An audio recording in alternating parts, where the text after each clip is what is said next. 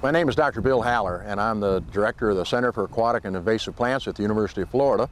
And a lot of people ask me and others why we manage aquatic plants in Florida, and we particularly manage invasive aquatic plants, of course. The problem with invasive species is that many of the aquatic plants that we've introduced are very aggressive. They found an excellent habitat to grow in our lakes and rivers. Aquatic plants crowd out native species and reduce biodiversity. We've had problems when we've had a lot of rainfall and invasive plants pile up against flood control structures and bridges even, hinder recreation. People can't get out in their boats and fish and swim. Becomes pretty irritating when the plants are that dense. In Florida, the worst invasive aquatic weeds that we have is the water hyacinth and hydrilla.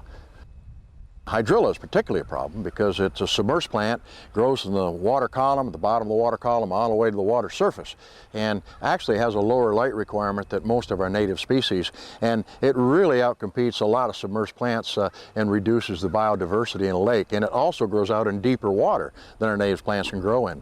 Hydrilla was introduced by the aquarium trade in the 1950s and spread rapidly throughout Florida, and now is pretty much throughout most areas of the United States. Florida has a long history of managing invasive aquatic plants, beginning with the water hyacinth in the mid to late 1890s. And the Corps of Engineers was charged actually with maintaining and keeping navigable waters free of obstructions. So they started doing a lot of research and mechanical removal and harvesting and cutting and shredding of water hyacinths in the St. Johns River in the early 1900s. We try to manage the plants, and research and development has shown us that if we do maintain them at low levels, we can maintain a balance between the natural resources and the users of the water bodies, whether they're fishermen, water skiers, flood control canals, or even navigable rivers. It's very difficult to eradicate any invasive species. So we have kind of, through research and development, figured out that the best means to manage aquatic plants is to keep them under maintenance control.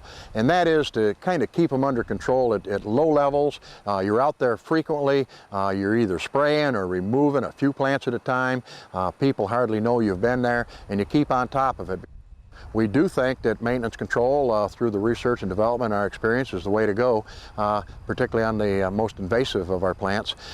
And prevention is very important too. So we're very concerned about new plants coming in. So if you're on the internet and you're buying plants for your water garden or something, keep them away from our natural water bodies, because we're not really sure what our next invasive plants might be.